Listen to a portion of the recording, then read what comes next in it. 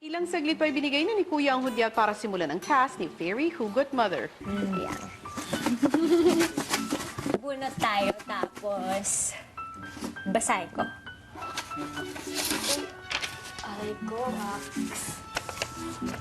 buti pa sila kumpleto, samantalang ako iniwan na. Ako yun. What do you It's not mean? what you think. It's not what you think. Daddy ko po yun. Sa Hong Kong po ako pinanganak. Then next day po kami sa Singapore. Doon po ako nag-study ng kinder. Then pumunta po kami ng Philippines. Grade 1 ako. Then ang sabi ni mommy, kaya kami lilipat dito kasi mas maganda yung education na English and Filipino yung magagamitin na salita. Then nalaman ko po na nung high school na po ako, hiwalay na po pala sila. Yun Pero yung nung reason. pinanganak ka, Okay po. doon pa rin yung daddy Okay mo. po. Yun, so parang, Daddy, Where are you? where are you? Yan, yun. Doon ako na-insecure. Yun nga, pag nag-church, may nakikita ko kompleto yung pamilya, may tatay, ganun. Isa din yun sa mga insecurities ko po. Yung tatay. At least meron pa silang connection. Pero yung akin, wala na talaga. Medyo nakarelate ako sa'yo. Kasi, well, I grew up without a dad talaga.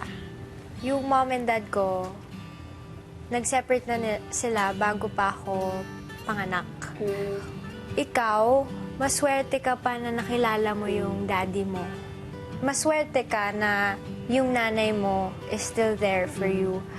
It shouldn't be an insecurity to you kasi your mom is both, now, your mom is both your dad and your mom. Sabi niya, wow, poetic. Naibigay ko na ang puso't ko't lahat, pero tila'y sa mundo ito'y di pa rin sapat. Kanino to? Joke, it's mine. Sometimes I get pressured kasi yun nga, I'm the only child. So, I give my best in Everything. everything that I do. So, when I was in high school, parang top talaga ako lagi. Pero when I came to college, everyone is just as smart or smarter.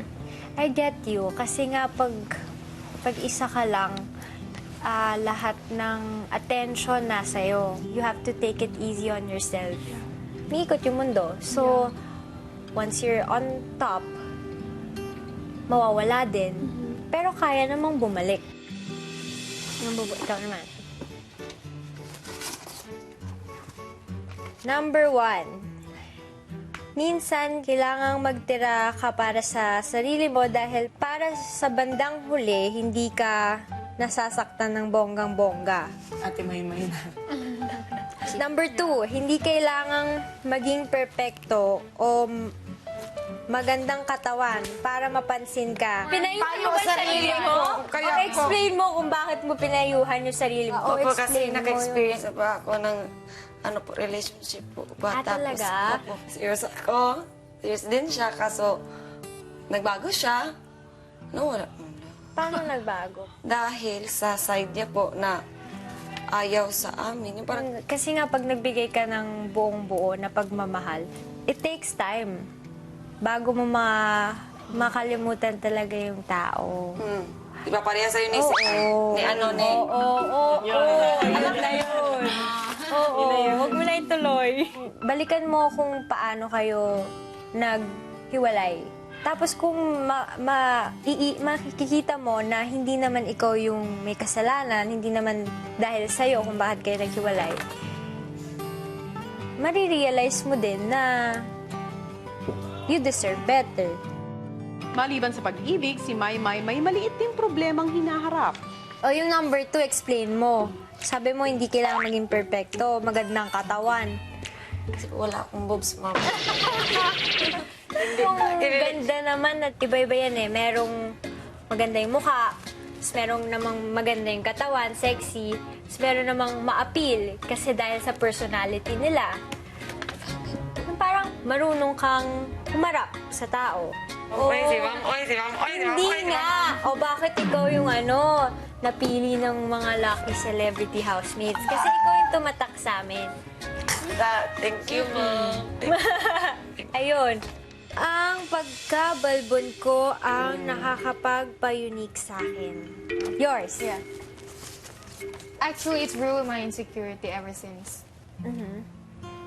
Nasa genes na po kasi ng side ng mama ko yung pagkabalbon. Yeah.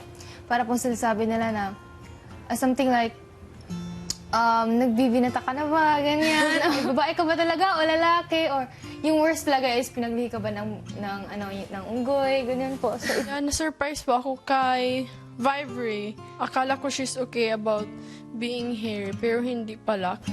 Your face is really pretty. It just depends on us kung paano kung paano tayo magbo-bloom.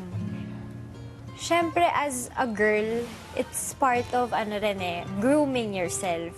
Part din yun ng self-esteem mo, para sa sarili mo. and I'm really happy because I get to know other girls' insecurities. Normal naman yung mga